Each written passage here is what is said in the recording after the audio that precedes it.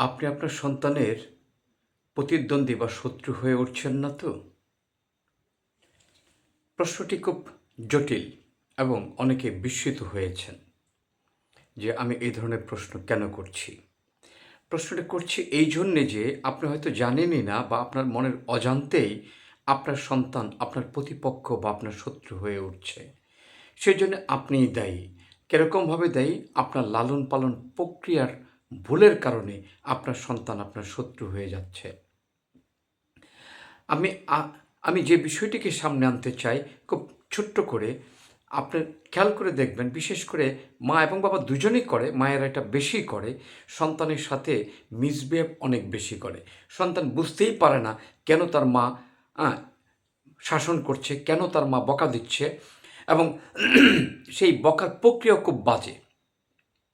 অনেক মাকেই আমি দেখেছি তার সন্তানকে আ শাসন করতে গিয়ে খুবই আ এমন সব শব্দ এবং এমন সব আ উপকরণ ব্যবহার করছে যেটি সন্তানকে তার অস্তিত্বের মুখোমুখি ফেলে দেয়, সংকটের মধ্যে ফেলে দেয়। সন্তানকে তার ব্যক্তিত্ব বিকাশের বিপরীতে ফেলে দেয়। ফলে সন্তানের ব্যক্তিত্ব বিকশিত হয় না এবং সন্তান আপনার প্রতিদ্বন্দ্বী হয়ে ওঠে ক্রমাগত।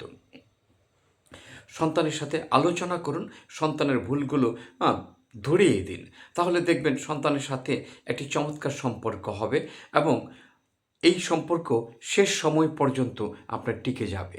আর যদি আপনি আপনার মন মতো সন্তানকে শাসন করেন এবং সন্তান বুঝতে না পারে কী কারণে, হ্যাঁ, তার কী অপরাধের কারণে আপনি তাকে শাস্তি দিচ্ছেন, কী অপরাধের কারণে তাকে অশ্লীল শব্দ ব্যবহার করছেন অথবা তার অস্তিত্বের সংকটের মধ্যে ফেলে দিচ্ছেন, তার ব্যক্তিত্বের আ বিরোধিতা করছেন, তার ব্যক্তিত্বকে হুমকির মুখে ফেলে দিচ্ছেন, এটা যদি সে বুঝতে না পারে তাহলে আপনার সন্তান জেনে নিবেন যে আপনার প্রতিদ্বন্দ্বী হয়ে দাঁড়াবে। এই সন্তান আপনার বিপক্ষেই দাঁড়াবে। আমি একেবারে আমার স্বচক্ষে দেখা অনেক মাকে দেখেছি যে সন্তানকে শাসন করতে গিয়ে অ্যা যে খুব আ গালি তো আছেই, পশুর নামে যে গালি তো দিচ্ছেই এবং কি তাকে বলছে, "তোকে দিয়ে কিছু হবে না। তোর এরকম, তোর এরকম।"